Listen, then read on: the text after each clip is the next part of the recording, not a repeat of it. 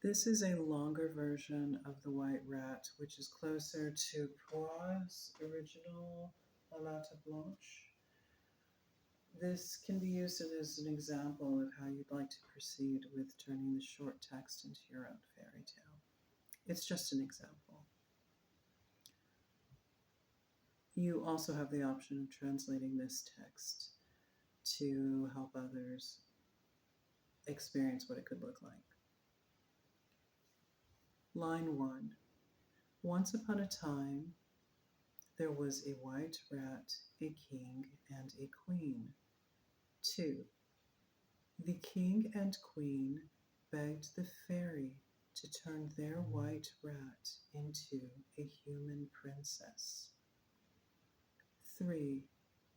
Amongst themselves, away from the many ears and spies of the king, the people of the kingdom whispered amongst themselves that a dog is not a cat. 4. Gone were the shiny pink eyes, the whiskers, the twitching nose of the rat, and in their place stood a graceful human princess. 5. To be a king, one must first be a prince. To be a queen, one must cease to be a princess. The king asked the princess if the time had come for her to marry into nobility, to begin a kingdom of her own. The princess agreed to become a queen, but only if she could marry the most powerful being in the world. 6. The king thought and thought and thought until the sun rose and set 3 times. At the end of 3 days, he returned and told the princess that he would ask the sun to take her hand in marriage.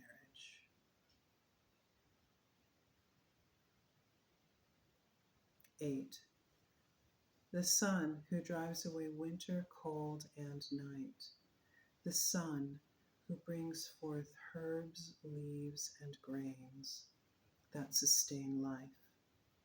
All that lives draws its breath from the sun. 9. The princess refused the hand of the sun in marriage.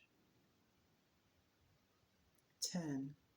The king thought and thought and thought until the sun rose and set 3 times. At the end of 3 days, he returned and told the princess that he would ask for the hand of the cloud for her.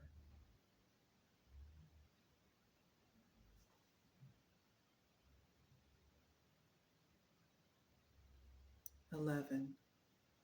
For when the cloud draws near, it masks the rays of the sun, stretching its shadow across the sky, veiling the light. 12. The princess refused the hand of the cloud in marriage.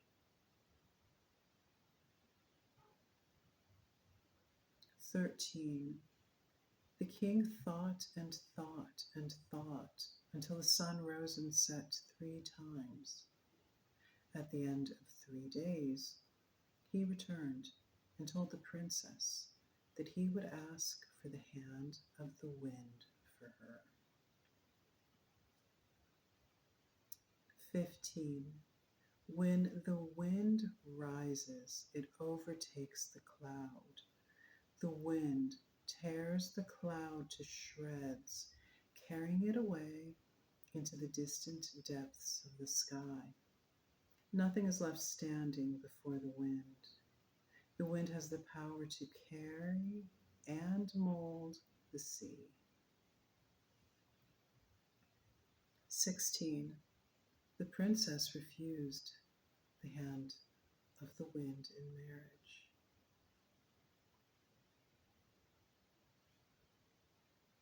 "17. The king thought and thought and thought and thought until the sun rose and set 3 times. 19. At the end of 3 days he returned and told the princess that he would ask for the hand of the mountain for her. 19. The mountain provides shelter from the onslaught of the sun, the cloud, and the wind.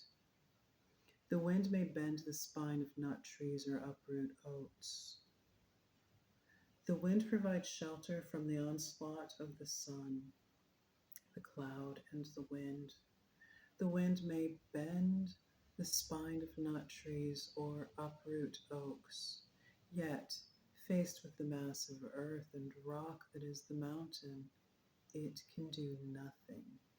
Lightning and storm attack the mountain, but neither lightning strike nor tempest can do the mountain any harm. 20. The princess refused the hand of the mountain in marriage, for there was still something mightier than the mountain. 21. There was one whose teeth were sharper than needles, who gnawed through the mass of earthen rock that was the mountain, paving the way to its galleries. At leisure and with great pleasure, the brave rat carved a castle with beautiful pointy teeth sharper than needles. A castle that was the wonder of the world and of all worlds above and below.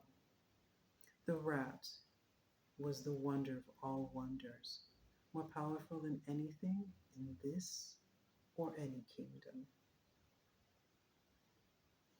22. The king and queen pleaded with the fairy to return their human princess back into a white rat. 24. The white rat married a black mountain cutter rat, and the cock crowed, and the story ends here. The end.